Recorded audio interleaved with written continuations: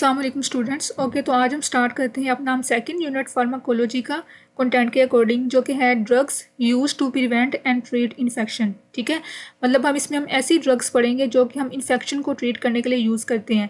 अब इन्फेक्शन जो है वो डिफरेंट टाइप्स के होते हैं, लाइक बैक्टीरियल इन्फेक्शन हैं, फंगल इन्फेक्शन हैं, मलेरियल इन्फेक्शन और एंटीवायरल इन्फेक्शन। ठीक है, तो हम इन सब इन्फेक्शन की ड्रग्स पढ़ेंगे वन बाय वन। सबसे पहले है बैक्टीरियल इन्फेक्शन को ट्रीट करने के लिए जो ड्रग्स यूज़ होती हैं उसको हम कहते हैं एंटीबायोटिक्स। ठीक है, इनके हम मोड ऑफ एक्शन क्या क्या हैं, उसके साइड इफ़ेक्ट्स क्या होते हैं, उसके मैकेनिज्म ऑफ एक्शन, उसकी फार्माकोकाइनेटिक्स वगैरह सारा डिटेल में हम पढ़ेंगे हर ड्रग का। ठीक है, तो आज हम स्टार्ट करते हैं अपना चैप्टर एंटीबायोटिक्स वाला। ठीक है, लिपन कोट की बुक से आपको चैप्टर नंबर 28 मिलेगा।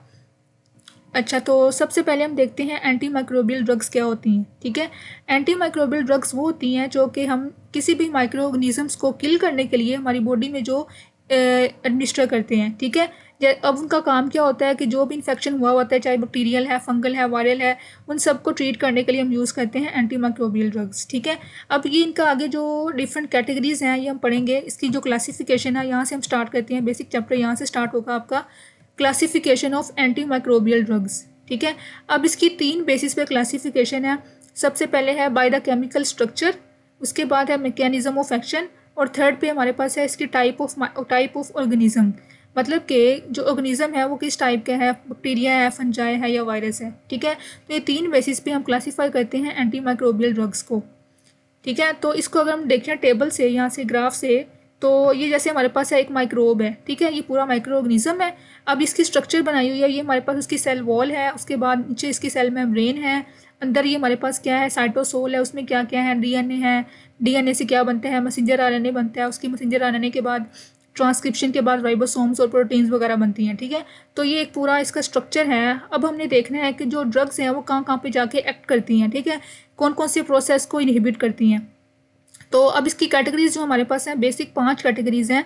सेल वॉल इनहिबिटर्स, ठीक है, सेल वॉल की सिंथेसिस को जो इनहिबिट करते हैं। उसके बाद है सेल मेम्ब्रेन की जो सिंथेसिस को इनहिबिट करते हैं जो ड्रग्स। ठीक है, उसके बाद प्रोटीन सिंथेसिस को जो ड्रग्स इनहिबिट करती हैं, उसके फंक्शन को इनहिबिट कर देती हैं। ठीक है, उसके बाद न्यूक्लिक एसिड की सिंथेसिस को जो इनहिबिट करती हैं ड्रग्स, और लास्ट में हमारे पास है मेटाबॉलिज्म इनहिबिटर्स। ठीक है, तो ये 5 कैटेगरीज हैं एंटी माइक्रोबियल ड्रग्स की।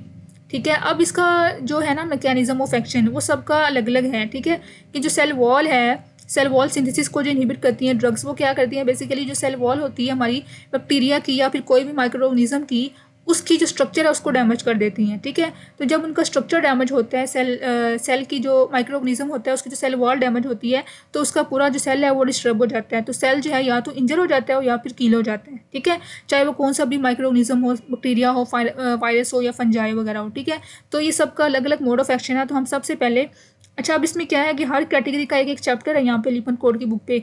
ठीक है, तो हम सबसे पहले करेंगे सेल वॉल सिंथेसिस इनहिबिटर्स। ठीक है, कि इसकी क्या क्लासिफिकेशन है, इसकी क्या क्या मोड ऑफ एक्शन है।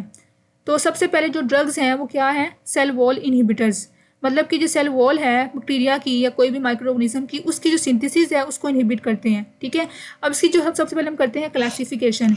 किसी भी हमने ड्रग्स को पढ़ना है तो हमने किसी भी कैटेगरी को पढ़ना है, सबसे पहले हमने क्लासीफाई करना है, उसके बाद हमें उसकी मोड ऑफ एक्शन, उसके साइड इफेक्ट्स वगैरह देखने हैं। ठीक है, तो उसकी क्लासिफिकेशन जो है ना वो यहाँ पर टेबल की फॉर्म में बनाई हुई है।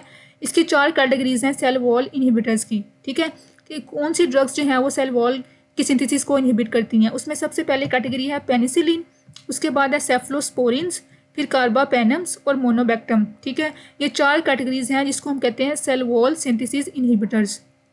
अब इस चैप्टर के अंदर इन चारों को एक्सप्लेन किया हुआ है वन बाय वन। पेनिसिलिन क्या है, इसकी आगे क्लासिफिकेशन क्या है, इसके मोड ऑफ एक्शन क्या है, इसके एडवर्स इफेक्ट क्या क्या होते हैं, और इसी तरह आगे इन सब कैटेगरीज को भी आगे एक्सप्लेन किया हुआ है। तो सबसे पहले हम देखते हैं पेनिसिलिन। ठीक है, इसका स्ट्रक्चर देखें पेनिसिलिन का, तो इसमें क्या क्या होता है, इसमें एक बीटा लैक्टम रिंग होती है। ठीक है, बीटा लैक्टम रिंग होती है, उसके बाद एक और रिंग होती है थायाजोलिडीन रिंग। ठीक है, और साथ में एक साइड चेन होती है, आर साइड चेन। अब आर पे कोई सा भी ग्रुप आ सकता है, जो ग्रुप आएगा उसके हिसाब से उसके जो ड्रग का नाम चेंज होता रहेगा। ठीक है, तो ये 3 इसके अंदर बेसिक स्ट्रक्चर्स होते हैं। बीटा लैक्टम रिंग होती है, थायाजोलिडीन रिंग होती है और आर साइड चेन होती है। ये इसकी बेसिक स्ट्रक्चर है पेनिसिलिन की। ठीक है, उसके बाद अगर हम देखें इसका जो मोड ऑफ एक्शन है, जो पेनिसिलिन है वो कैसे सेल वॉल की सिंथेसिस को इनहिबिट करती है, उसको कैसे किल करती है माइक्रो ऑर्गेनिज्म को। ठीक है, तो अब इसका जो मेन मोड ऑफ एक्शन है ना, वो इसका जो इफेक्ट होता है वो कहाँ पे होता है, ट्रांसपेप्टाइडेशन पे। अच्छा, सबसे पहले मैं आपको बता दूं कि जो सेल वॉल होती है ना हमारी बैक्टीरिया की, वो किससे बनी होती है? पेप्टिडोग्लाइकेन की बनी होती है। ठीक है, जो सेल वॉल है वो किसकी बनी होती है? पॉलीमर होते हैं जो कि जिसको हम कहते हैं पेप्टिडोग्लाइकेन।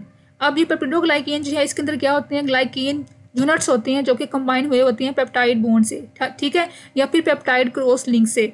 तो इसका जो मेन कंपोनेंट है इसकी सेल वॉल का वो क्या है? पेप्टिडोग्लाइकेन। ठीक है, अब इसमें क्या होता है? जो पेनिसिलिन है वो क्या करती है? इस पूरे प्रोसेस को, जिससे पेप्टाइड जो पेप्टाइड्स होते हैं वो बनते हैं, पेप्टिडोग्लाइकेन जो चेन है वो बनती है, उस पूरे प्रोसेस को भी इनहिबिट कर देती है। ठीक है, इस प्रोसेस को हम कहते हैं ट्रांसपेप्टाइडेशन, जिसमें जो पेप्टिडोग्लाइकेन के स्ट्रैंड्स होते हैं उनकी क्रॉस लिंकिंग होती है, उसकी फॉर्मेशन होती है। तो जब इसकी पूरी फॉर्मेशन नहीं होगी पेप्टिडोग्लाइकेन की, तो सेल वॉल जो है उसकी सिंथेसिस नहीं होगी और जो सेल है वो उसकी डेथ हो जाएगी। ठीक है, तो इसका जो मेन इसका एक्शन होता है वो होता है ट्रांसपेप्टाइडेशन को इनहिबिट करना। सबसे पहले क्या होगी? जो ड्रग है वो हमने दे दी पर्सन को, ठीक है, वो एंटर होगी सेल के अंदर। ठीक है, माइक्रो ऑर्गेनिज्म के अंदर अब कुछ प्रोटीन्स होती हैं, कुछ साइट्स होती हैं जिसको हम कहते हैं पेनिसिलिन बाइंडिंग प्रोटीन्स, ठीक है, या बाइंडिंग इंजाइम्स भी कहते हैं इनको। ठीक है, तो ये क्या करती हैं? जो ड्रग होती हैं वो जाती है सेल के अंदर और यहाँ पे बाइंड करती हैं पेनिसिलिन बाइंडिंग प्रोटीन्स के ऊपर। ठीक है, जब बाइंड करती हैं तो उससे क्या होगा? जो ट्रांसपेप्टाइडेज है वो कैटालाइज हो जाएगा। ठीक है, वो ब्रेक हो जाएगा। तो इससे पूरा जो उसका प्रोसेस होता है ट्रांसपेप्टाइडेशन का वो इनहिबिट हो जाएगा और जो सेल वॉल है वो वीकन हो जाएगी। ठीक है, weaken formation of cell wall हो जाएगी और जब सेल वॉल इसकी वीक होगी तो सेल डेथ हो जाएगी। ठीक है, तो इसका एक पूरा मैकेनिज्म इसका है। इसका जो मेन स्टेप होता है जो इसको इनहिबिट करती है उसको हम कहते हैं ट्रांसपेप्टाइडेशन को ये इनहिबिट कर देती है। ठीक है, तो इसको आप ना एक फ्लो चार्ट की फॉर्म में भी, जैसे मैंने ये ड्रॉ किया हुआ है वैसे आपने लिखना है इसके मोड ऑफ एक्शन को। सबसे पहले जो ड्रग है वो जो ड्रग है वो एंटर हो जाएगी हमारी बॉडी के अंदर। ठीक है, जैसे ही वो एंटर होगी तो वो कहाँ पे अटैच होगी? पेनिसिलिन बाइंडिंग प्रोटीन के पास जाके अटैच हो जाएगी। ठीक है, जब वो अटैच होगी तो किसको इनहिबिट करेगी? ट्रांसपेप्टाइडेशन के प्रोसेस को इनहिबिट कर देगी। ठीक है, जब वो इनहिबिट होगा तो हमारी जो सेल वॉल है वो वीकन होगी। ठीक है, जब वीक हो जाएगी सेल तो उसकी सेल वॉल जब वीक हो जाएगी तो उससे क्या होगा? सेल की डेथ हो जाएगी। ठीक है, तो इसका मतलब है जो पेनिसिलिन होती हैं वो कौन सा एक्शन परफॉर्म करती हैं? बैक्टीरियासाइडल होती हैं ये। अब यहाँ पे दो टर्म्स यूज होंगी, एक होगी बैक्टीरियासाइडल और एक होगी बैक्टीरियोस्टैटिक। ऐसी ड्रग्स जो कि बैक्टीरिया की जो डेथ कर देती हैं, ठीक है, उसको किल कर देती हैं, उसको हम कहते हैं बैक्टीरियासाइडल ड्रग्स। और जो कि बैक्टीरिया की ग्रोथ को इनहिबिट कर देती हैं, उसकी ग्रोथ को स्टॉप कर देती हैं, उसको हम कहते हैं बैक्टीरियोस्टैटिक ड्रग्स। ठीक है, तो यहाँ पे एक एमसीक्यू आता है कि जो पेनिसिलिन होती है उसकी कौन सी कैटेगरी है? तो वो होती है बैक्टीरियासाइडल। ठीक है, मतलब कि उसको टोटली किल कर देती हैं, सेल की डेथ कर देती हैं। ठीक है, बैक्टीरियल सेल की। तो ये इसका मोड ऑफ एक्शन था। उसके बाद हम देखते हैं इसकी क्लासिफिकेशन, कि ये भी पेपर में क्वेश्चन आया हुआ है कि इसको क्लासीफाई करें पेनिसिलिन की कौन कौन सी कैटेगरीज हैं। तो इसकी 4 बेसिक कैटेगरीज हैं। सबसे पहले है नेचुरल पेनिसिलिन, उसके बाद है सेमी सिंथेटिक पेनिसिलिन और एंटीस्फेलोकोकल पेनिसिलिन और लास्ट में हमारे पास क्या है? Anti pseudomonal penicillin. ठीक है, तो ये 4 कैटेगरीज हमने इसको डिस्क्राइब करना है। सबसे पहले है नेचुरल। अब इसकी कौन कौन सी एग्जाम्पल है? पेनिसिलिन जी है और पेनिसिलिन वी है। ठीक है, ये 2 इसकी एग्जाम्पल्स हैं नेचुरल पेनिसिलिन की। ठीक है, अब इसके आपने करना क्या है? यहाँ से आप कुछ एमसीक्यूज आते हैं कि जो पेनिसिलिन जी है और पेनिसिलिन वी में क्या डिफरेंस है। ठीक है, जो पेनिसिलिन जी होती है ना वो 10 टाइम्स जो है ज़्यादा पोटेंट है, इसकी ज़्यादा पोटेंसी है वी की निस्बत। ठीक है, जो पेनिसिलिन वी है उससे ज़्यादा पोटेंट है पेनिसिलिन जी 5 to 10 टाइम्स। ठीक है, या यहाँ पे एमसीक्यू आपने याद करना है। उसके बाद अब यहाँ पे एक और एमसीक्यू आता है कि पेनिसिलिन वी जो है वो एसिड स्टेबल होती है। मतलब कि मैंने आपको बताया था कुछ ड्रग्स जो होती हैं हमारी स्टमक में जाती हैं जब, तो वहाँ पे जो स्टमक एसिड होता है वो उसके ऊपर एक्ट करता है, तो उसकी जो ड्रग है वो डिस्ट्रॉय हो जाती है। ठीक है, तो जो पेनिसिलिन वी है ना वो हमारे पास क्या है? एसिड स्टेबल है, मतलब एसिड की प्रेजेंस में भी ये स्टेबल रहती है, डिस्ट्रॉय नहीं होती। ठीक है, तो इसको हम क्या कहते हैं? ओरल फॉर्म में दे सकते हैं। ठीक है, जो पेनिसिलिन वी है वो ओरल फॉर्म में दे सकते हैं क्योंकि ये एसिड स्टेबल है, जबकि जो पेनिसिलिन जी है उसको वो क्या है? एसिड लेबाइल है, मतलब कि जैसे ही ड्रग देंगे ओरल तो स्टमक में जाएगी तो ये जो एसिड है उसको डिस्ट्रॉय कर देगा। ठीक है, तो इसको हम ओरल फॉर्म में नहीं दे सकते क्योंकि ये डिस्ट्रॉय हो जाएगी, ये एसिड लेबाइल है। यहाँ पे आपने एमसीक्यू याद रखने हैं दोनों, इन दोनों में क्या डिफरेंस है। ठीक है, उसके बाद आगे इसकी कुछ इंडिकेशंस हैं कि हमने किस किस कंडीशन में ये ड्रग को यूज़ कर सकते हैं, लाइक कौन कौन से इन्फेक्शन में हम इसको यूज़ करते हैं। जैसे कि यहाँ पे है निजेरिया गनोरिया का इन्फेक्शन है, या कोई भी इसको सर्टेन माइक्रो ऑर्गेनिज्म जैसे कि एनारोब्स वगैरह का इन्फेक्शन हुआ है तो तब हम ये यूज़ करते हैं। स्ट्रेप्टोकोकल इन्फेक्शन है, स्ट्रेप्टोकोकस न्यूमोनियाई है। ठीक है, तो ये सारे हमारे पास इसकी इंडिकेशंस हैं कि किस किस में हम इस ड्रग को यूज़ कर सकते हैं। ठीक है, जैसे गैस गैंग्रीन की कंडीशन में, ये भी एक इन्फेक्शन है, सिफिलिस की कंडीशन में।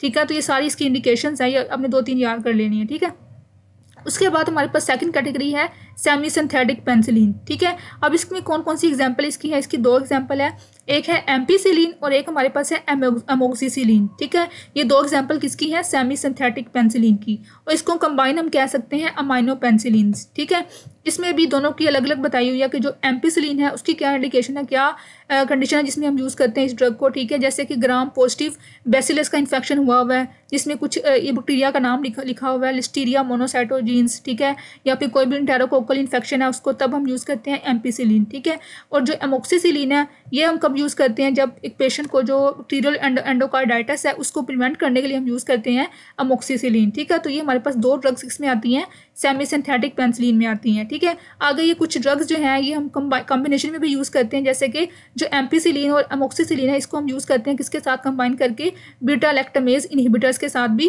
कंबाइन करके हम यूज़ करते हैं ताकि इसकी ज़्यादा इफेक्टिवनेस हो। ठीक है, ये आगे हम पढ़ेंगे ये कौन सी ड्रग्स होती हैं बीटा लैक्टामेज इनहिबिटर्स। ठीक है, ये बस आपने यहाँ से एमसी को याद रखना है कि इसकी आगे इफेक्टिवनेस को इंप्रूव करने के लिए हम क्या करते हैं, इसको कंबाइन देते हैं किसके साथ, बीटा लैक्टामेज इनहिबिटर्स के साथ। ठीक है, उसकी एग्जांपल हमारे पास क्या है, क्लिवुलिनिक एसिड है, सेल्बेक्टम वगैरह है। ठीक है, उसके बाद थर्ड हमारे पास कैटेगरी कौन सी है पेनिसिलिन की, एंटी स्टेफेलोकोकल पेनिसिलिन। ठीक है, अब इसकी एग्जांपल कौन सी है, मेथिसिलिन है, ऑक्सासिलिन है। ठीक है, अब ये क्या करती हैं, ये स्टेफिलोकोकस जो इन्फेक्शन होते हैं, स्टेफेलोकोकल इन्फेक्शन जो होते हैं उसके अगेंस्ट ये वर्क करती है, उसके अगेंस्ट रिएक्शन परफॉर्म करती है। ठीक है, तो बेसिकली इसका मेन फंक्शन क्या होता है, for the treatment of infection caused by the penicillinase producing staphylococci. ठीक है, अच्छा अब यहाँ पे ना पहले मैं आपको बता दूँ एक फिनोमिना होता है पेनिसिलिनेज या फिर बीटा लैक्टामेज एंजाइम का। ठीक है, ये यहाँ से मैं आपको बताती हूँ, इनाम दानिश की बुक है ये वाली, इसमें अच्छा लिखा हुआ है कि जो जैसे कि हमारे पास है ना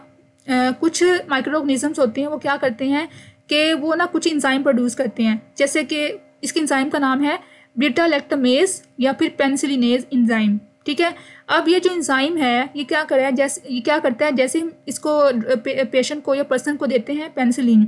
ठीक है, तो ये क्या करते हैं माइक्रो ऑर्गेनिज्म, ये एक एंजाइम प्रोड्यूस करते हैं पेनिसिलिनेज, तो वो जो एंजाइम है पेनिसिलिनेज वो पेनिसिलिन को किल कर देते हैं। ठीक है, उसकी स्ट्रक्चर को ओपन करके उसको हाइड्रोलाइज करके उसकी जो एक्टिविटी होती है उस पेनिसिलिन की उसको ये डिस्ट्रॉय कर देते हैं। ठीक है, तो पेनिसिलिन का कोई इफेक्ट ही नहीं आता, तो मतलब कि वो रेजिस्ट कर रहे हैं ना, माइक्रो ऑर्गेनिज्म जो है वो क्या कर रहा है, रेजिस्ट कर रहा है एंटीबायोटिक को। क्यों कर रहा है, क्योंकि वो अपने अंदर एक ऐसा एंजाइम प्रोड्यूस कर रहा है जो कि उसकी स्ट्रक्चर को डिस्ट्रॉय कर रहा है पेनिसिलिन को। ठीक है, तो जब पेनिसिलिन ड्रग ही डिस्ट्रॉय हो गया तो उसका एक्शन भी नहीं आएगा, कोई एंटीबैक्टीरियल एक्टिविटी नहीं आएगी। ठीक है, तो ये हमारे पास एक एंजाइम का अपना नाम याद रखना है, बीटा लैक्टामेज या फिर पेनिसिलिनेज एंजाइम। ठीक है, अब हम क्या करते हैं, हम जब भी कोई एंटीबायोटिक देते हैं, जैसे पेनिसिलिन हमने दे दी, तो उसका अकेले का तो वो फ़ायदा ही नहीं होना, क्योंकि हमने पढ़ा कि जो ड्रग जो माइक्रो ऑर्गेनिज्म है वो एंजाइम प्रोड्यूस करेगा, उस ड्रग को डिस्ट्रॉय कर देगा, उसकी स्ट्रक्चर को डिस्ट्रॉय कर देगा। तो हम साथ में क्या देते हैं, हम देते हैं बीटा लैक्टामेज इनहिबिटर, मतलब कि ऐसी ड्रग जो कि इस बीटा लैक्टामेज को इनहिबिट कर दे, उसके एक्शन को परफॉर्म ना होने दे। ठीक है, जब बीटा लैक्टामेज इनहिबिट हो जाएगा तो उसके ऊपर कोई इफेक्ट नहीं आएगा। ठीक है, जो उसकी ड्रग की एक्टिविटी है वो प्रॉपर होती रहेगी। तो वो जो हमारे पास बीटा लैक्टामेज इनहिबिटर्स होते हैं वो कौन कौन से हैं, मैंने अभी आपको बताया, उसमें दो नाम बताए थे, एक है क्लिवुलिनिक एसिड और सेल्बेक्टम। ठीक है, क्लिवुलिनिक एसिड क्या होता है, ये क्या करता है, बीटा लैक्टामेज एंजाइम को इनहिबिट कर देता है। जब ये एंजाइम नहीं होगा तो उसकी जो डिस्ट्रक्शन है पेनिसिलिन की वो भी नहीं होगी, तो अपना पेनिसिलिन जो अपना फंक्शन प्रॉपर परफॉर्म करेगी। ठीक है, तो अब ये जो हमारे पास कंबाइन करके हम देते हैं अमोक्सिसिलिन को किसके साथ, बीटा लैक्टामेज इनहिबिटर के साथ। ठीक है, तो इसमें कुछ कॉम्बिनेशन हमारे पास बनते हैं, जैसे ऑगमेंटन है। ऑगमेंटन में क्या होता है, इसमें कॉम्बिनेशंस होते हैं, जैसे कि अमोक्सिसिलिन के साथ होता है क्लिवुलिनिक एसिड। ठीक है, तो जब ये दोनों मिलकर हम कंबाइन करके देंगे तो उसका प्रॉपर इफेक्ट आएगा पेनिसिलिन का। ठीक है, इसी तरह हमारे पास क्या है, क्लोएक्सेसिलिन, ये हमारे पास क्या है, ये भी हमारे पास एक बीटा लैक्टामेज इनहिबिटर है या फिर पेनिसिलिनेज इनहिबिटर है, और ये किस फॉर्म में आते हैं, एम्पीक्लॉक्स की फॉर्म में आते हैं। तो ये कुछ हमारे पास टर्म्स थी जो मैंने आपको बता दी कि जो बीटा लैक्टामेज एंजाइम होते हैं उसका क्या क्या एक्शन होता है, कैसे कैसे वो हमारी जो एंटीबायोटिक है उसके इफेक्ट को ख़त्म करते हैं। ठीक है, तो हमने इसके अगेंस्ट क्या देने होते हैं, बीटा लैक्टामेज इनहिबिटर्स देने होते हैं, ताकि वो जो पेनिसिलिन की स्ट्रक्चर है वो डिस्ट्रॉय ना हो, उसकी जो प्रॉपर एक्टिविटी है वो परफॉर्म हो जाए। ठीक है, तो अब यहाँ पे वर्ड यूज़ होगा वो आपको समझ आ जाएगी कि ये जो वर्ड यूज़ हुआ है बीटा लैक्टामेज इनहिबिटर्स। ठीक है, इसका क्या मतलब है। तो जो ड्रग्स हमारे पास बीटा लैक्टामेज इनहिबिटर्स होती हैं ना, वो ज़्यादा इफेक्टिव होती हैं, ठीक है, क्योंकि वो उसके स्ट्रक्चर को डिस्ट्रॉय नहीं करती। अब इसी तरह हमारे पास जो थर्ड कैटेगरी थी वो क्या थी, एंटी स्टेफेलोकोकल पेनिसिलिन। ये स्टेफेलोकोकाई जो माइक्रो ऑर्गेनिजम्स होते हैं उनके अगेंस्ट ये हम देते हैं उसकी इन्फेक्शन को ट्रीट करने के लिए, ठीक है। उसके बाद अब यहाँ पे इसके वही लिखे हुए हैं कि इसके आगे क्या क्या इंडिकेशंस हो सकती हैं। जैसे एक मरसा जो है, जैसे मरसा का क्या मतलब है, मेथिसिलिन रेजिस्टेंट स्टेफेलोकोकस ओरियस, ये एक ऑर्गेनिज्म का नाम है, ठीक है, और ये भी हमारे पास एक सोर्स ऑफ इन्फेक्शन होता है कम्युनिटी में, ठीक है। तो इसको ट्रीट करने के लिए हम देते हैं जो इसकी कैटेगरी का नाम था एंटी स्टेफेलोकोकल पेनिसिलिन, ठीक है। उसके बाद फोर्थ कैटेगरी हमारे पास कौन सी है, एंटी स्यूडोमोनाल पेनिसिलिन, ठीक है। अब इसकी जो एग्जाम्पल हमारे पास है वो कौन सी है, पिप्रासिलीन, ठीक है। पिप्रासिलीन जो है इसको हम क्या कहते हैं, एंटी स्यूडोमोनाल पेनिसिलिन। अब इसका जो फंक्शन है या इसकी जो एक्टिविटी है वो किसके अगेंस्ट होती है, कौन से ऑर्गेनिज्म के अगेंस्ट एक्ट करती है, स्यूडोमोनास एरिजिनोसा, ठीक है। इसके नाम से शो हो रहा है स्यूडोमोनल का मतलब क्या है, स्यूडोमोनास एरिजिनोसा, इसके अगेंस्ट ये अपना एक्शन परफॉर्म करती है। और ये कौन सा ऑर्गेनिज्म होता है, ये होता है ग्राम नेगेटिव। ये आपने पढ़े होंगे, उसके अंदर माइक्रोबायोलॉजी के अंदर कुछ कैटेगरीज होती हैं माइक्रो ऑर्गेनिज्म की, कुछ होते हैं ग्राम पॉजिटिव, कुछ होते हैं ग्राम नेगेटिव, ठीक है। तो ये किसके अगेंस्ट अपना एक्शन परफॉर्म करती है, ग्राम नेगेटिव बैक्टीरिया के अगेंस्ट, ठीक है। तो ये 4 कैटेगरीज थी हमारे पास पेनिसिलिन की, ये भी पेपर में क्वेश्चन आया हुआ है। उसके बाद आगे हम देखते हैं इसकी रेजिस्टेंस, ठीक है, मतलब कि हमने एंटीबायोटिक दी है पेशेंट को, आगे से वो रेजिस्ट कर रहा है, मतलब उसको कोई इफेक्ट ही नहीं हो रहा पेशेंट को, जो उसके अंदर माइक्रो ऑर्गेनिज्म था वैसे ग्रो किया जा रहा है, इसके ऊपर कोई इफेक्ट नहीं ड्रग का हो रहा है, तो वो क्यों नहीं हो रहा, क्यों रेजिस्ट कर रहा है पर्सन, ठीक है, एंटीबायोटिक से। तो इसके कुछ मैकेनिज्म्स होते हैं जिसकी वजह से वो रेजिस्ट करता है। सबसे पहले बीटा लैक्टामेज प्रोडक्शन, ये मैंने आपको अभी बताया कि जो बीटा लैक्टामेज इंजाइम है वो प्रोड्यूस करते हैं माइक्रो ऑर्गेनिजम्स। जब वो प्रोड्यूस होंगे बीटा लैक्टामेज इंजाइम, तो ये इंजाइम क्या करता है, उस पेनिसिलिन की स्ट्रक्चर को डिस्ट्रॉय कर देता है। जब उसकी स्ट्रक्चर डिस्ट्रॉय हो जाएगी तो उसकी जो एक्टिविटी है वो भी परफॉर्म नहीं होगी। तो इस तरह ये रेजिस्ट करता है, एक पर्सन जो है वो बीटा लैक्टामेज के अगेंस्ट रेजिस्ट करता है, ठीक है। उसके बाद आगे है सेकंड कैटेगरी क्या है हमारे पास इसके रेजिस्टेंस की, एक है decreased permeability to the drug, ठीक है, मतलब कि जो हमने ड्रग दी है उसके सेल के अंदर प्रॉपर पहुंची नहीं है, ठीक है, उसके सेल मेम्ब्रेन को क्रॉस करके अंदर सेल के अंदर पहुंची नहीं है। तो जब सेल के अंदर नहीं जाएगी तो प्रॉपर में टारगेट ऑर्गन्स तक वो बाइंड नहीं करेगी, तो उसका इफेक्ट भी नहीं आएगा, ठीक है। तो जब परमेबिलिटी उसकी कम होगी तो आगे से वो माइक्रो ऑर्गेनिज्म जो है वो किल नहीं होगा, क्योंकि इसके अंदर पहुंचा ही नहीं है ड्रग, तो इस तरह इसका भी इफेक्ट नहीं होगा, वो रेजिस्ट करेगा, ठीक है। अब इसमें एक और टर्म है इफ्लक्स पंप, मतलब कि जो इफ्लक्स का मतलब होता है आउटवर्ड मूव करना, मतलब कि जो ड्रग्स है ना वो जाती तो है अंदर सेल के अंदर चली जाती है, माइक्रो ऑर्गेनिज्म के अंदर चली जाती हैं, लेकिन जो माइक्रो ऑर्गेनिज्म है वो क्या करता है, उस एंटीबॉडी को सेल के बाहर पुश कर देता है, ठीक है, इफ्लक्स कर देता है। तो उसका प्रॉपर इफेक्ट आने से पहले वो बाहर चली जाती है सेल के बाहर, ठीक है। तो उससे क्या होगा, उसका इफेक्ट भी नहीं आएगा, उससे वो रेजिस्ट करेगा जो पर्सन है, ठीक है, उस एंटीबायोटिक को। तो बेसिकली इसमें क्या होता है कि जो इफ्लक्स पंप है वो एंटीबायोटिक को रिमूव कर देता है सेल के अंदर से। जब सेल के अंदर से रिमूव करेगा तो सेल के अंदर जो उसकी ड्रग की अमाउंट है वो कम हो जाएगी, रिड्यूस हो जाएगी, ठीक है। तो इससे भी वो रेजिस्ट करेगा उस एंटीबायोटिक को, ठीक है।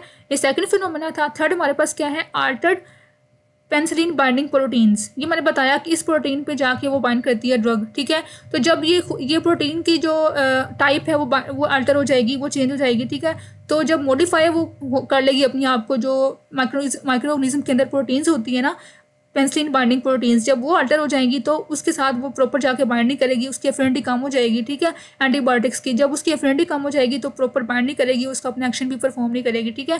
तो इस तरह ये भी रेजिस्ट करेगा ये फिनोमेना के थ्रू भी पर्सन। तो ये 3 हमारे पास कैटेगरीज थी जिसके थ्रू जो पेनिसिलिन है वो रेजिस्ट करती हैं, अपना इफेक्ट परफॉर्म नहीं करती। इसमें पहला हमारे पास क्या था, बीटा लैक्टामेज प्रोडक्शन।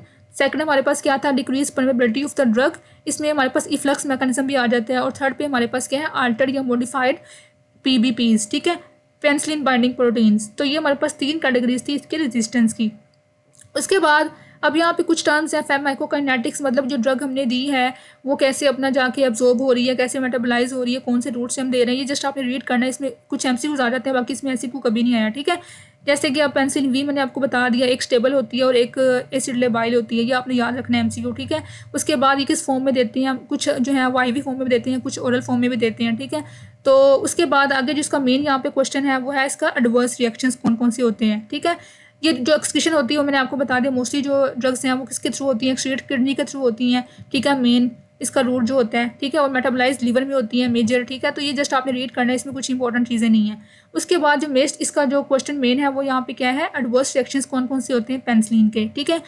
अच्छा, अब यहाँ पे 3 से 4 जो इफेक्ट होते हैं वो कॉमन है सब में, सारी ड्रग्स में कॉमन आप लिख सकते हैं, ठीक है। उसमें सबसे पहले है हाइपर सेंसिटिविटी रिएक्शन। इसमें क्या होता है कि एलर्जिक रिएक्शन जो है पेशेंट को शो होते हैं, ठीक है। एलर्जिक रिएक्शंस में क्या है, स्वेलिंग हो जाती है स्किन पे रैशेस बन सकते हैं, ठीक है। Swelling of the lips, tongue and periorbital area, मतलब कि जो उसकी आइज़ के इर्द गिर्द जो है वो स्वेलिंग हो जाती है, ठीक है। इसको हम कहते हैं एनाफाइलेक्टिक रिएक्शन, जिसमें एलर्जिक रिएक्शंस हो जाते हैं। तो इसका एक ये इसका साइड इफेक्ट आ जाता है। उसके बाद है डायरिया, मतलब जब कोई ड्रग लेते हैं तो उसमें हमारा जो GIT जो है जो गैस्ट्रोइंटेस्टाइनल ट्रैक्ट है वो डिस्टर्ब होता है, वो अल्टर हो जाता है, ठीक है। तो इससे पर्सन जो है उसको डायरिया भी हो सकता है, उसकी जो एब्जॉर्प्शन प्रॉपर है वो इनहिबिट हो जाती है, ठीक है। उसके बाद थर्ड हमारे पास क्या है, नेफ्राइटिस, मतलब कि जो हमारी किडनीज है उस पर भी इफेक्ट आता है पेनिसिलिन से। जो नेफ्रॉन्स हैं वो स्मेल कर जाती हैं, ठीक है, उसको हम कहते हैं इंटरस्टिशियल नेफ्राइटिस, ठीक है। तो इससे ये भी हो सकता है पेनिसिलिन से। उसके बाद अब यहाँ पे एक और MCQ है कि एक ड्रग जो है मेथिसिलिन, ये भी हमने पढ़ी, इसकी कैटेगरी में थी मेथिसिलिन। ये क्या करती है, ये नेफ्राइटिस कोज करती है, ठीक है। तो इसको हम ना इसकी डोज प्रॉपर हम मैनेज करके देते हैं पेशेंट को, ठीक है। उसके बाद फोर्थ इसका साइड इफेक्ट हमारे पास क्या है, न्यूरोटॉक्सिसिटी, मतलब कि जो हमारे ब्रेन है उसको भी इफेक्ट करती है, सीजर कोज करती है। अगर इसको हमने हाई डोज में दे दिया या फिर हमारा ब्रेन को क्रॉस करेगी, इसका ब्लड में लेवल ज़्यादा हो गया तो इस ड्रग का, तो ये भी क्या करेगी, सीजर कोज करेगी, ठीक है। तो ये कुछ इसके साइड इफेक्ट्स थे। और लास्ट में हमारे पास क्या है, हिमेटोलॉजिकल टॉक्सिसिटी, मतलब जब ब्लड में जाएगी तो वहाँ पे कोगुलेशन जो है वो कम हो जाएगी, ठीक है। जब ब्लड कोगुलेशन कम हो जाएगी तो ब्लीडिंग ज़्यादा हो जाएगी, तो इस तरह इसके ब्लड पे भी इफेक्ट आते हैं, ठीक है, हमारी ब्लड वेसल्स पे भी इफेक्ट आते हैं। तो ये इसके 5 से 6 साइड इफेक्ट थे पेनिसिलिन के। अच्छा, अब मैं आपको ये बता दूं इसको कि इसका ना क्लासिफिकेशन जो है आपने देनी है वो आपने इस तरह करनी है फ्लो चार्ट की फॉर्म में, ठीक है। मैंने आपको बताया जो सेल वॉल सिंथेसिस इनहिबिटर्स होते हैं उसमें क्या थी, 4 कैटेगरीज थी, पेनिसिलिन की, सेफलोस्पोरिन की, कार्बापेनम की और मोनोबैक्टम की, ठीक है। तो सबसे पहले हमने कौन सी पढ़ी, पेनिसिलिन की। अब पेनिसिलिन जो है इसकी मैंने आपको 4 कैटेगरीज बताई लिपनकोड की बुक से, नेचुरल है, सेमी सिंथेटिक है, उसके बाद एंटीसेफेलोकोकल है और सुडोमोनल है, ठीक है। तो ये हमारे पास 4 कैटेगरीज आपके पेपर में भी आई हुई हैं, पास पेपर में, किसको कैटेगराइज करें पेनिसिलिन को, और आगे सबकी जो एग्जाम्पल आपने दे देनी है, ठीक है। नेक्स्ट हमारे पास कैटेगरी कौन सी है, सेफलोस्पोरिन्स हैं, जो कि सेल वॉल की सिंथेसिस को इनहिबिट करती हैं। तो इसको हम देखते हैं यहाँ से सेफलोस्पोरिन्स को। अब इसका जो स्ट्रक्चर है वो सिमिलर होता है जैसे इसका होता है। अच्छा, मैं आपको स्ट्रक्चर दिखा दूँ इसका, जो पेनिसिलिन है इसका स्ट्रक्चर क्या होता है, इसमें मैंने आपको बताया 2 रिंग्स होती हैं, एक होती है बीटा लैक्टम रिंग, ठीक है, और एक होती है थायरोइडिन रिंग, ठीक है, ये वाली, और साथ में क्या होती है, आर चेन होती है। तो ये 3 पार्ट्स होते हैं इसके, ठीक है, पेनिसिलिन के। इसी तरह हमारे पास जो सेफलोस्पोरिन है उसका भी क्या होता है, उसमें भी अंदर ये तीनों चीज़ें होती हैं, बीटा लैक्टम रिंग होती है और दूसरी रिंग भी होती है, थायरोइडिन रिंग होती है, और साथ में आर चेन होती है, ठीक है। तो इसका सेम स्ट्रक्चर है, सेम फंक्शन होता है, ठीक है। इसका मोड ऑफ एक्शन भी क्या है, सिमिलर टू द पेनिसिलिन है, तो आपने वही लिखना है इसके अंदर, ठीक है। मतलब ये जाएगी सेल के अंदर एंटर होगी, वहाँ पे जो प्रोटीन्स होती हैं पेनिसिलिन बाइंडिंग प्रोटीन्स वहाँ पे जाके बाइंड करेगी और ट्रांसपेप्टाइडेशन के प्रोसेस को इनहिबिट करेगी और सेल वॉल की सिंथेसिस को इनहिबिट करके उसकी डेथ कर देगी, ठीक है। तो ये आपका सेम इसका मोड ऑफ एक्शन भी लिखना है आपने। अब यहाँ पे जो इसका क्वेश्चन इंपॉर्टेंट है वो क्या है, इसकी क्लासिफिकेशन। इसकी 4 जनरेशन हैं वो आपने याद रखनी है। First generation cephalosporin, second generation, third generation और 4th जनरेशन, ठीक है। अब इसमें आपने करना क्या याद है, इसमें आपने हर जनरेशन की एक्टिविटी याद रखनी है कि मतलब कि फर्स्ट जनरेशन की जो एंटीबायोटिक्स होती हैं वो किसके अगेंस्ट ज़्यादा एक्ट करती हैं, ठीक है। इसका ज़्यादा एक्शन किसके अगेंस्ट होता है, ग्राम पॉजिटिव के अगेंस्ट होता है, ठीक है। ये आपने साथ साथ अपनी बुक के ऊपर लिख लेना है। जो फर्स्ट जनरेशन एंटीबायोटिक्स होती हैं उसका ज़्यादा जो इफेक्ट है वो किसके अगेंस्ट होता है, मोर अगेंस्ट ग्राम पॉजिटिव बैक्टीरिया, ठीक है, और less action against the gram negative bacteria, ठीक है। अब इसमें जो आपने एग्जांपल करनी है 2 से 3 आपने एग्जांपल कर लेनी है, ठीक है। इसकी एग्जांपल जो है वो आपको यहाँ से सही मिल जाएंगी नाम दानिश की बुक से। जैसे फर्स्ट जनरेशन है, इसमें आपने 3 से 4 लिस्ट कर देनी है। सिफेजोलिन है, उसके बाद सेफाडोक्सिल है, ठीक है, सिफेलेजिन है, सिफेलोथीन है, ये 4 आपने यहाँ से लिस्ट कर लेनी है। उसके बाद नेक्स्ट हमारे पास है सेकेंड जनरेशन, इसकी भी आपने एक्टिविटी याद रखनी है। इसकी जो ज़्यादा एक्टिविटी होती है, greater activity against gram negative bacteria and less activity against the gram positive bacteria, ठीक है। अब आपने याद क्या करना है, यहाँ से आपने कुछ बैक्टीरिया के नाम याद करने जो कि आप लिख सकें इसके अंदर कि ग्राम नेगेटिव बैक्टीरिया कौन से होते हैं, ग्राम पॉजिटिव बैक्टीरिया कौन से होते हैं, ठीक है। 2-3 आपने नाम याद कर लेने हैं। इस तरह इसकी जो लेस एक्टिविटी होती है अगेंस्ट ग्राम नेगेटिव बैक्टीरिया वो वीक होती है, ठीक है। और आगे आपने इसकी भी 3 से 4 जो ड्रग्स के नाम याद कर लेने हैं, लिस्ट कर लेने हैं, ठीक है। यहाँ से मैं आपको दिखा देती हूँ, आपने यहाँ से स्क्रीनशॉट ले लेना है। इसमें सेकंड जनरेशन में क्या है, सेफाक्लोर है, सेफामेंडोल है, सेफामेटाजोल है, ठीक है। तो ये आपने 3 से 4 यहाँ से इसके ड्रग्स के नाम याद करने हैं। इसी तरह हमारे पास जो थर्ड जनरेशन है उसमें हमारे पास क्या ड्रग्स हैं, सेफीजाइम है, सेफापेराजोन है, ठीक है। तो ये भी आपने 3 से 4 क्या करनी है, यहाँ से इनलिस्ट कर लेनी है, ठीक है। उसके बाद आपने ये बताना है साथ साथ कि इसकी एक्टिविटी किसके अगेंस्ट ज़्यादा होती है, किसके अगेंस्ट कम होती है, ठीक है। इस तरह हमारे पास जो फोर्थ जनरेशन है उसमें क्या है, सेफीपाइम है। ये इसकी अभी एक ड्रग डिस्कवर हुई थी, जब ये इसकी स्टडी हुई थी तो सेफीपाइम आपने याद रखना है 4 जनरेशन में ये भी वाइड स्पेक्ट्रम है, दोनों के अगेंस्ट एक्ट करती है, ग्राम पॉजिटिव के अगेंस्ट भी और ग्राम नेगेटिव के अगेंस्ट भी, ठीक है। और इसको हम देते हैं पर इंट्रारली, मतलब इसकी हम आईवी रूट से देते हैं, इंट्रावेनसली देते हैं, इंट्रामस्कुलर भी दे सकते हैं। तो ये इसकी हमारे पास इंडिकेशन भी साथ आ गई। और लास्ट में हमारे पास जो अभी इसकी एडवांस जनरेशन है उसमें भी एक कैटेगरी आ जाती है सेफ्ट्रोलिन, ठीक है। ये भी इसकी एक ड्रग है, ये इसकी 4 जनरेशन में आती है ड्रग, और इसका भी ब्रॉड स्पेक्ट्रम होता है, ग्राम नेगेटिव के अगेंस्ट भी और ग्राम पॉजिटिव के अगेंस्ट भी, ठीक है। ये दोनों के अगेंस्ट जो है अपना एक्शन परफॉर्म करती है। तो ये इसकी हमारे पास 4 जनरेशन थी, आपने इसमें से 2-2 या 3-3 ड्रग्स के नाम याद करने हैं और साथ में आपने इसकी एक्टिविटी बतानी है कि किस के अगेंस्ट ये एक्ट करती है, ठीक है। उसके बाद आगे इसकी वही काइनेटिक्स आपने रीड करनी है, बस इसके रूट कौन कौन से होते हैं, डिस्ट्रीब्यूशन कैसे होती है इसकी, और इसकी एलिमिनेशन कैसे होती है। आगे इसका जो मेन क्वेश्चन क्या है आपका, यहाँ पे एडवर्स इफेक्ट है, ठीक है। अब एडवर्स इफेक्ट में क्या है, क्योंकि मैंने बताया कि इसके जो एक्शन जो है वो सिमिलर होते हैं उसके पेनिसिलिन से, इसका मोड ऑफ एक्शन भी सेम है, तो इसका जो साइड इफेक्ट्स हैं मोस्टली वो भी सेम ही होते हैं, ठीक है। इसमें क्या था, एलर्जिक रिएक्शन हो सकते हैं, हाइपरसेंसिटिविटी रिएक्शन हो सकते हैं, ठीक है। उसके अलावा अब यहाँ पे एक एमसीक्यू आता है कि अगर एक पेशेंट जो है वो पेनिसिलिन से एलर्जी उसको है, ठीक है, तो उसका मतलब है कि हमने उसको सेफ्लोस्पोरिन से भी अवॉइड करना है, ठीक है। सेफ्लोस्पोरिन से भी हमने उसको अवॉइड करना है अगर वो पेनिसिलिन एलर्जिक है, ठीक है। यहाँ पे आपने एमसीक्यू याद रखना है।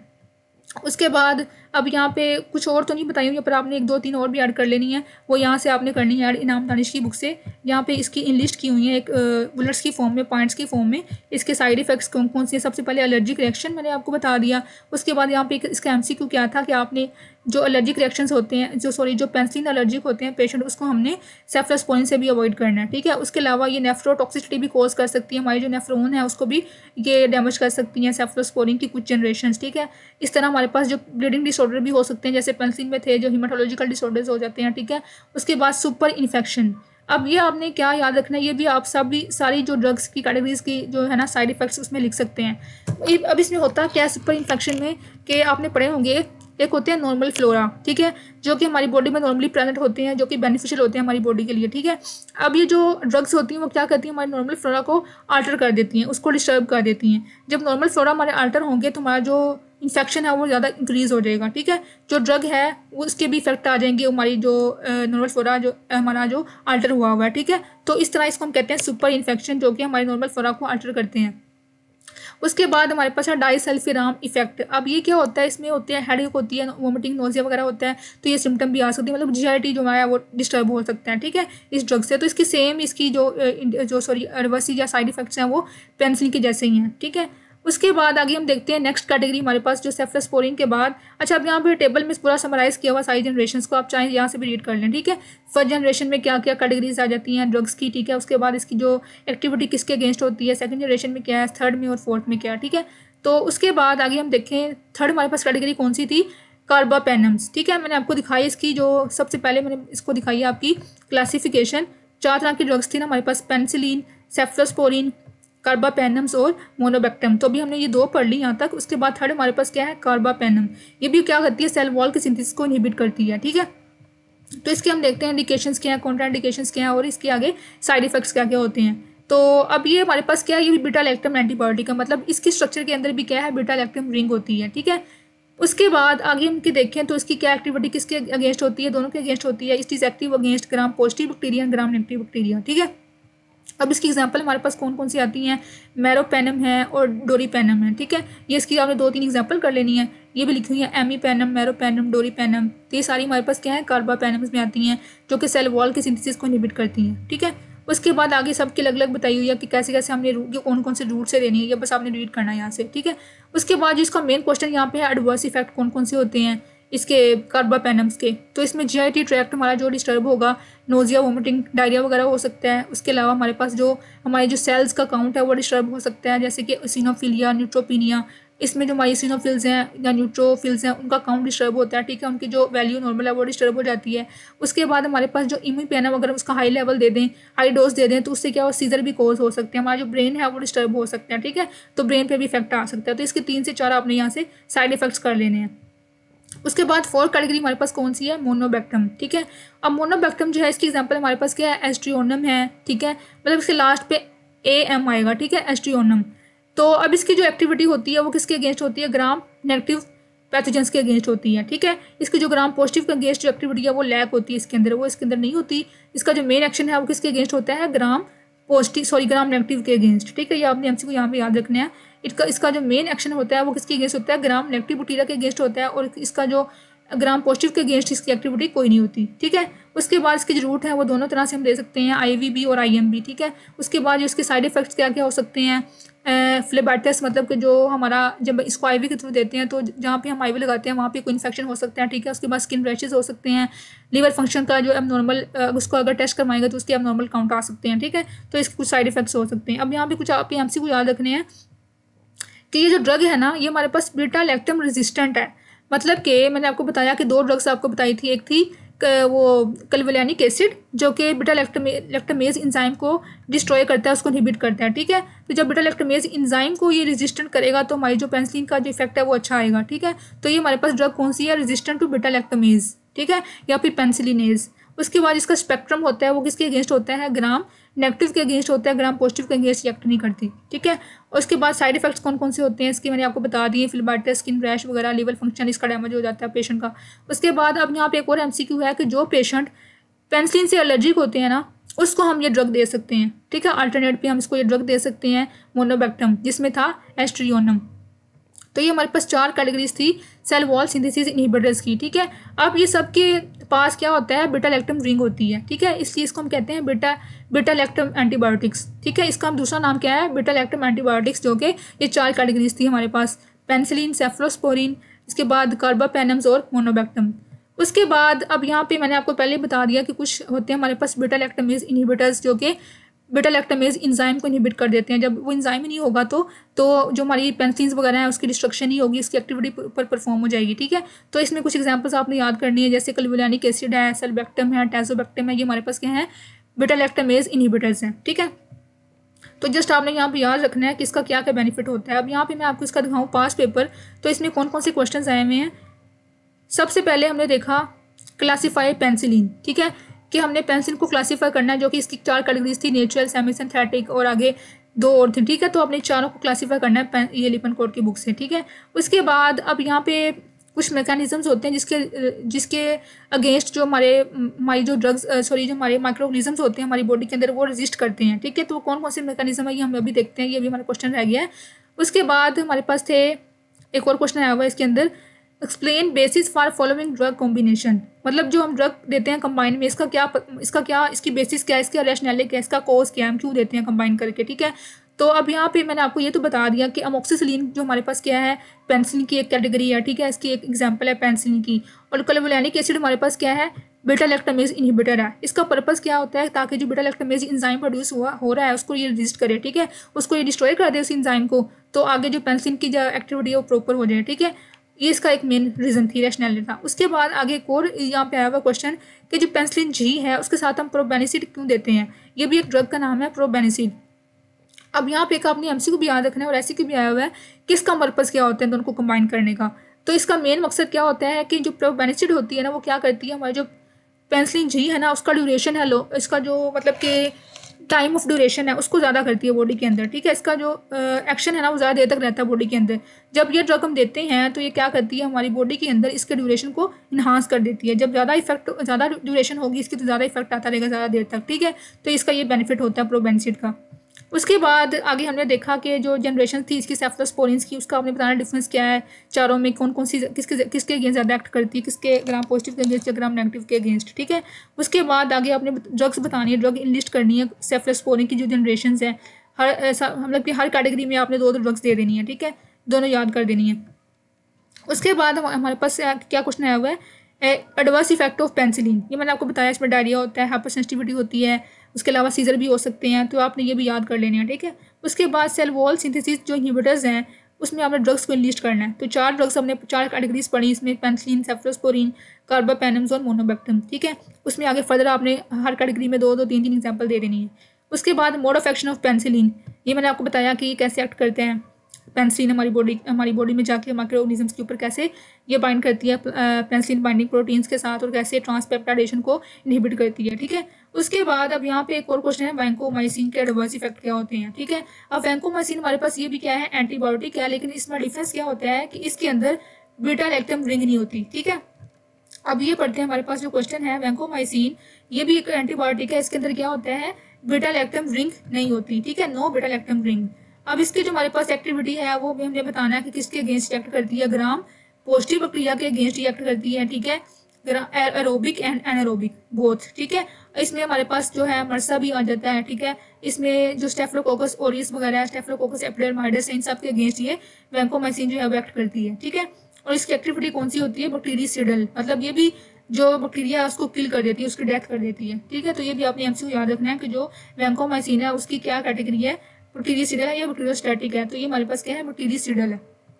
उसके बाद अब यहाँ पे इसके ना कुछ मतलब ये मैंने आपको बताया, इसका जो क्वेश्चन आया हुआ है 5 पेपर में, एडवर्स इफेक्ट, ठीक है। एक इसका ये क्वेश्चन भी आया हुआ है, साथ में इसकी एमसीक्यू भी आता है। इसका जो मोस्ट कॉमन एमसीक्यू है वो है रेड मैन सिंड्रोम। मतलब कि जब हम जो वैंकोमाइसिन है उसको हाई रेट पे देते हैं, हाई स्पीड में देते हैं, तो उससे क्या होता है, रेड मैन सिंड्रोम हो जाता है। अब रेड मैन सिंड्रोम में क्या होता है कि जब हम फ्लशिंग में देते हैं पेशेंट को वैंकोमाइसिन, तो उसकी बॉडी में सिम्टम आ जाती हैं, ठीक है, उसकी बॉडी में रैशेस हो जाते हैं, रेडनेस हो जाती है बॉडी के ऊपर, ठीक है। इसको हम कहते हैं रेड मैन सिंड्रोम। और ये किसकी वजह से होता है, जब इन्फ्यूजन रेट ज्यादा कर देते हैं, वैंकोमाइसिन को ज्यादा स्पीड में लगा देते हैं, ठीक है।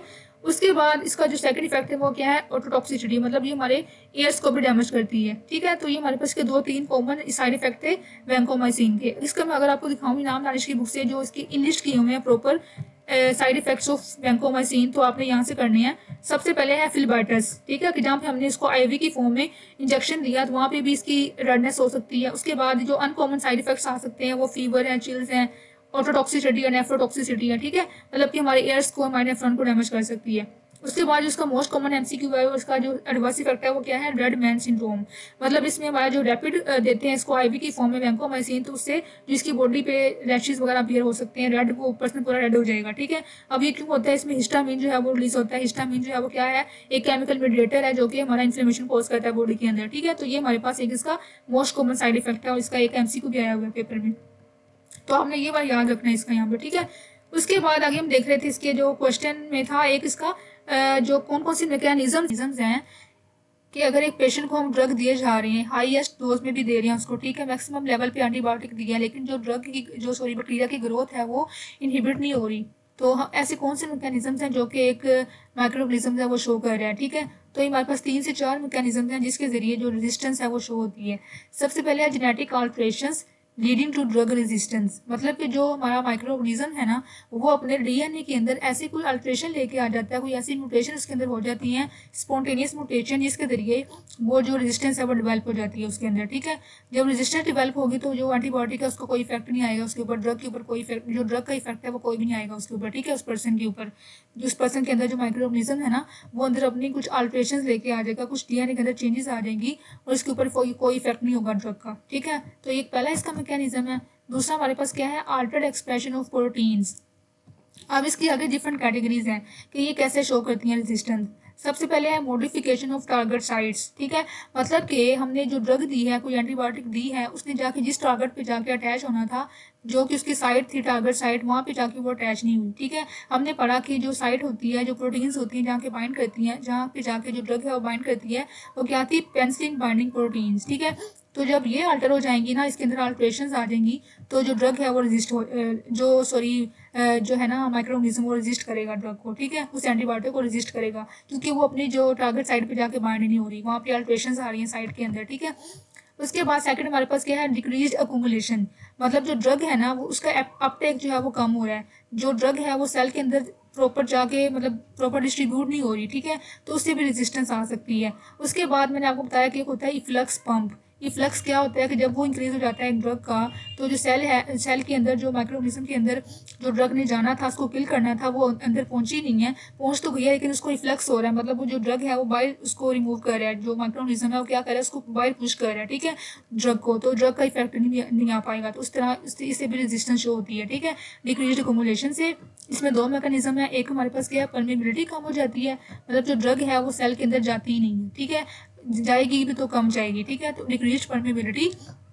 और दूसरा हमारे पास क्या है, इफ्लक्स इंक्रीज, मतलब कि जो ड्रग जा रही है लेकिन वो जो माइक्रोऑर्गेनिज्म है उसको क्या कर रहा है, बाहर इफ्लक्स कर रहा है, ठीक है, बाहर पंप कर रहा है, तो उसका इफेक्ट भी नहीं होगा। तो कौन कौन सी ड्रग्स ऐसी हैं जो कि ये दोनों मैकेनिज्म के जरिए रेजिस्टेंस शो करती हैं, तो आपने ये ड्रग्स के कुछ आपने नाम याद करने हैं।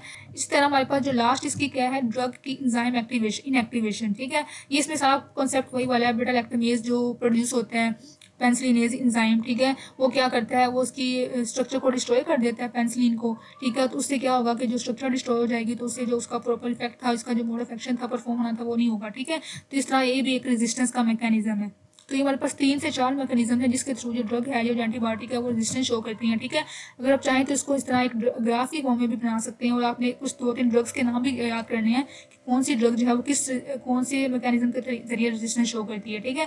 तो ये आपका क्वेश्चन था, पास पेपर में आ हुआ, ये भी आपको हो गया कंप्लीट, ठीक है। तो ये सारे हमारे जो क्वेश्चन थे पास पेपर वाले वो आपको कवर हो गए हैं।